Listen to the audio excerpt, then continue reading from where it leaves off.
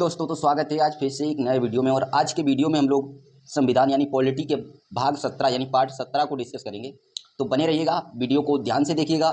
इससे पहले मैं आप लोगों को एक बार बता दूं कि आप अगर वनडे कॉम्पिटिटिव एग्जाम की तैयारी करते हैं तो आप चाहे जिस भी एग्जाम की तैयारी करते हो, चाहे एसएससी हो, चाहे रेलवे हो, चाहे यूपी पुलिस हो, चाहे एसएससी जीडी हो, या अन्य कोई अदर एग्जाम की आप तैयारी करते हैं, तो ये वीडियो आप लोगों के लिए इंपॉर्टेंट होने वाला है।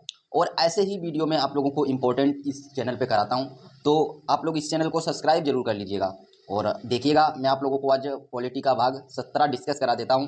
और अगर आप नोट्स बनाना चाहते हैं तो बना सकते हैं, इससे बेहतर आप नोट्स शॉर्ट नोट्स नहीं बना सकते। तो देखिएगा फ्रेंड्स, भाग 17 को हम लोग डिस्कस कर रहे हैं। तो पॉलिटी के भाग 17 के अंदर किसका वर्णन किया गया है? तो भाग 17 के अंदर हम लोग पढ़ेंगे राजभाषा को। और राजभाषा को हम लोग इंग्लिश में क्या कहते हैं? National language. आप लोग ये याद रखिएगा, अगर आप लोगों से क्वेश्चन पूछा जाएगा कि राजभाषा संविधान के किस भाग के अंतर्गत आती है, तो राजभाषा भाग 17 के अंतर्गत आती है। अब देखिएगा, अब हम लोग थोड़ा भाषा को डिस्कस कर लेते हैं। जैसे कि राजभाषा एक हमारी होती है राष्ट्रभाषा यानी नेशनल लैंग्वेज।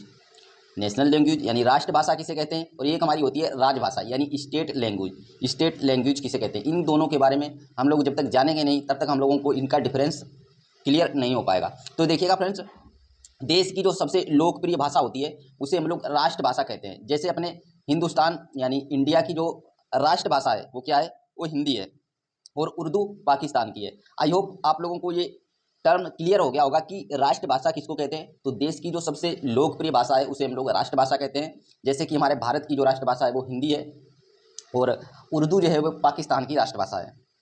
नेक्स्ट हम लोग देखते हैं राजभाषा को यानी स्टेट लैंग्वेज। स्टेट लैंग्वेज किसे कहते हैं? राज्य की लोकप्रिय जो भाषा होगी उसे हम लोग स्टेट लैंग्वेज कहेंगे। क्लियर हो गया?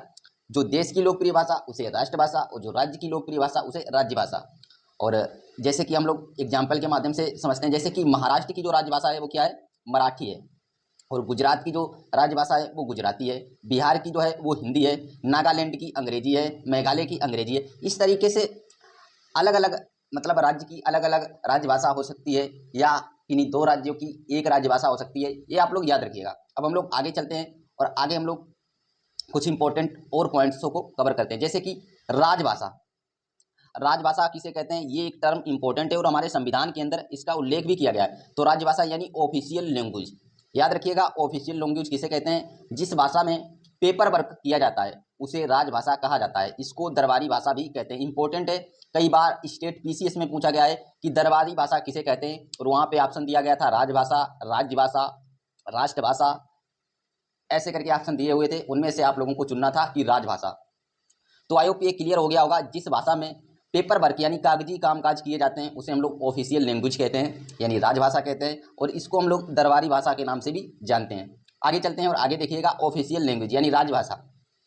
अब थोड़ा राजभाषा को हम लोग, राजभाषा यानी ऑफिशियल लैंग्वेज को हम लोग थोड़ा डिस्कस कर लेते हैं। संघ की राजभाषा क्या है? तो हिंदी है। आप लोग याद रखिएगा, अगर आप लोगों से कोई पूछता है कि संघ की राजभाषा क्या है, तो हिंदी है। और राज्य की राजभाषा क्या होगी?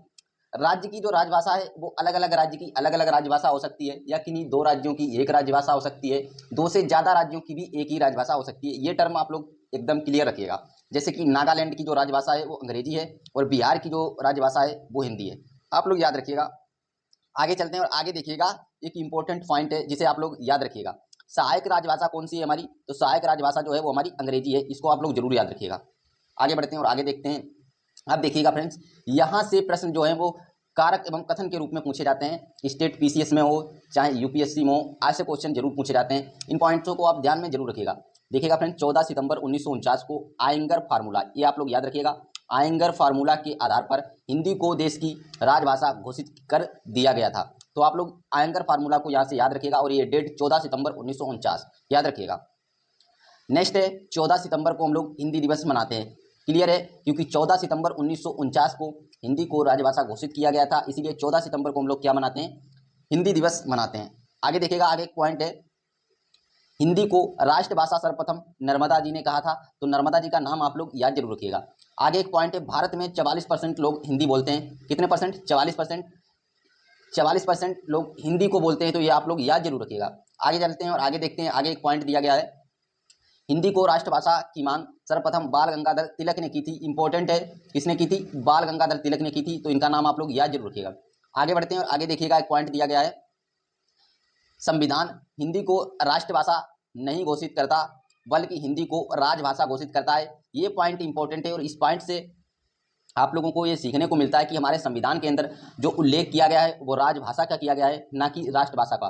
तो आप लोग याद रखिएगा, संविधान हिंदी को राष्ट्रभाषा घोषित नहीं करता है बल्कि जो हिंदी को ये राजभाषा घोषित करता है। तो याद जरूर रखिएगा। आगे बढ़ते हैं और आगे हम लोग देखते हैं।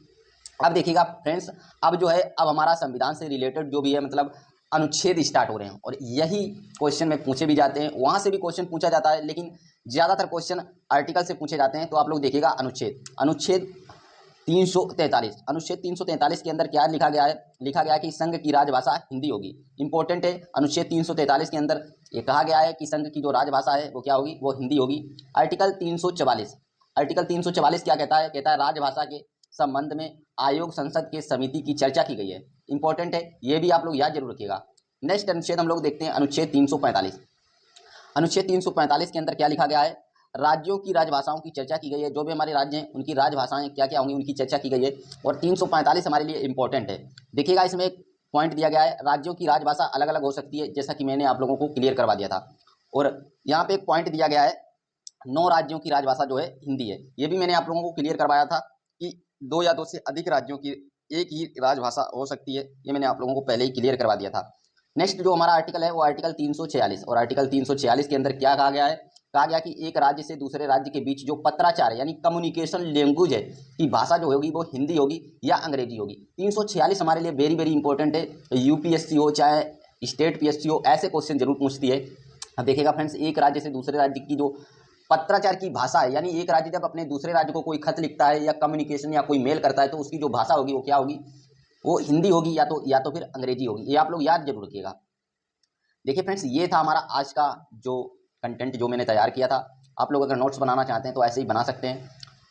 तो कैसा लगा आपको ये कंटेंट, ये पीडीएफ जो मैंने अपने हाथों से तैयार की थी? और इसके आगे भी अब इसका एक नेक्स्ट वीडियो लेके आएंगे, उसके आगे 347 से लेके जितनी भी आर्टिकल बचे हैं और जो भी इंपॉर्टेंट पॉइंट्स होंगे उनको डिस्कस करा देंगे। तो मिलते हैं कल हम लोग नेक्स्ट वीडियो के साथ। तब तक के लिए जय हिंद, जय भारत।